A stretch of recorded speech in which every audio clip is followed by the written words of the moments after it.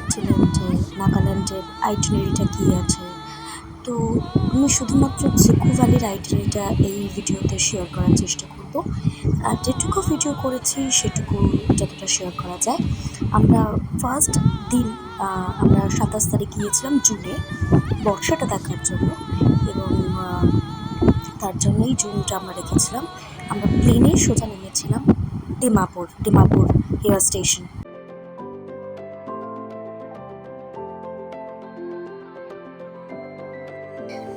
ডিমাপুর থেকে কোহিমা প্রায় 4 ঘন্টার রাস্তা, তাই কিছুটা খাওয়া দাওয়া করে নিলাম।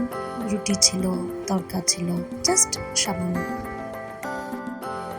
ডিমাপুর থেকে কোহিমার জন্য আপনারা একদম রেলওয়ে স্টেশন থেকে গাড়ি পেয়ে যাবেন। শেয়ার ক্যাবে 6 জন মতো নেয়, 330 টাকা পার হেড। তবে জার্নিটা খুব সুন্দর, দেখতে পাচ্ছেন নীল আকাশ দেখা যাচ্ছে, বর্ষাকালে তো আরও সুন্দর লাগে। আর এই রাস্তাটা পুরো হাইওয়ের রাস্তা কোহিমা পর্যন্ত, খারাপ একদমই নয়, খুব ভালো কমফোর্টেবল জার্নি বলা যেতে পারে এই পুরো রাস্তাটা। ডিমাপুর পেরোলে অন্তত আর গরম লাগবে না, 2 ঘন্টা পেরোলেই একদম প্লিজেন্ট ওয়েদার। কোহিমা যাওয়ার রাস্তায় এরকম প্রচুর রাস্তার ধারে আনারস, শশার দোকান পাবেন, কেউ চাইলে একটুখানি দাঁড়িয়ে টেস্ট করতেই পারেন। কোহিমা তখনও ঢুকেনি, তার আগে থেকেই শুরু হয়ে গেল মুষলধারে বৃষ্টি।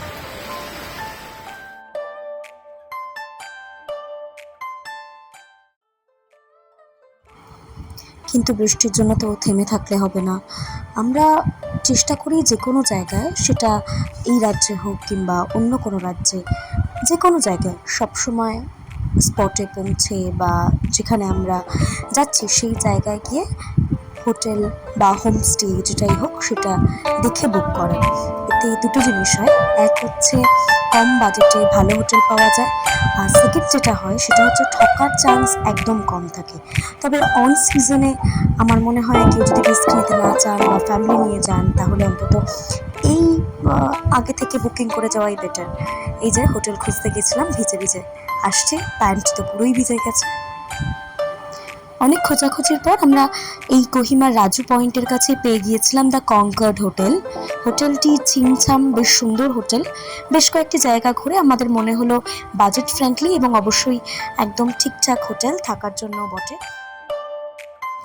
আমি যে ফুড এক্সপ্লোর করতে ভালোবাসি না তা নয়, কিন্তু এখন সেটা অনেকটাই কমে গেছে। এখন যেটা করি, বেশিরভাগ জায়গায় যেখানে আমরা স্টোভ ক্যারি করতে পারি সেই জায়গায় আমরা চেষ্টা করি নিজেদের কিছু ড্রাই ফ্রুটস সঙ্গে রাখার, বা রেডি টু ইট, যেমন ম্যাগি, নুডলস, রামেন বা ওটস, মশালা ওটস, এবং অবশ্যই প্রোটিন বার, চকলেটস।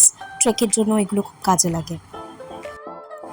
সেখান থেকেই হোটেলে পৌঁছে আমরা রামেন বা নুডলস বানিয়ে একটুখানি কেটলিতেই বানিয়ে নিয়েছিলাম। বানিয়ে খেয়ে বেরিয়ে পড়লাম নাগাল্যান্ডের দ্য ফেমাস মার্কেট এক্সপ্লোর করতে।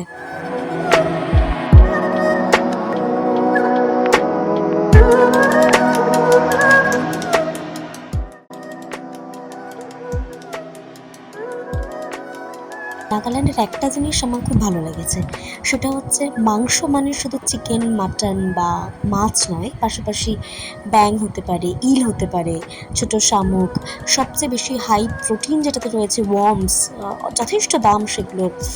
কিন্তু মাংস বলতে শুধুমাত্র এই 3টে জিনিসকে বোঝায় না, প্রচুর মাংসের অপশন, মিট অপশনস রয়েছে। তার ফলে এখানে প্রোটিনের জন্য শুধুমাত্র মাছ খেতে হবে বা মাংস খেতে হবে, চিকেন খেতে হবে, স্পেশালি মাটন খেতে হবে, এমন খুব একটা কথা নেই। ভ্যারাইটিস অফ প্রোটিনের সোর্স। এবং আরেকটা জিনিস যেটা পাওয়া যায় সেটা হচ্ছে bamboo shoots. Bamboo shoots juice basically হচ্ছে বাঁশ গাছ থেকে এক্সট্র্যাক্ট করা জুসটা, যেটা ওরা খেতে পছন্দ করে বলে আমার মনে হয়েছে, স্পেশালি আঙ্গামি ট্রাইবস। তার কারণ মার্কেটে সব জায়গাতে এরকম বোতলে ভরে এই লিকারটা পাওয়া যাচ্ছিল। আর তাছাড়া এছাড়াও এই কচি বাঁশটা কেটে যেটা আচারের সঙ্গে তারা দেয়।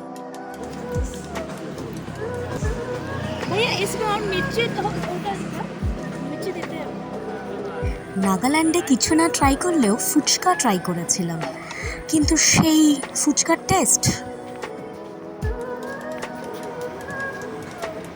কেমন এক্সপিরিয়েন্স নিজে থেকে নিয়ে চলো। ফুচকাওয়ালা দাদার সামনে আর বলতে পারলাম না, মনে মনে বললাম হরেবল। নাগাল্যান্ডের সন্ধ্যে 6টা বাজলো মানে সব ঝাঁপ বন্ধ হয়ে যাবে, দোকানপাট সব বন্ধ। একটু খাওয়া দাওয়া করে হাঁটাহাঁটি করতে বেরিয়েছিলাম, তারপর মনক্ষুণ্ণ হয়ে বাড়ি ফিরে এলাম, মানে হোটেল ফিরে এলাম। আজকে টাটা, কারণ কালকে যেতে হবে জুকো ভ্যালি।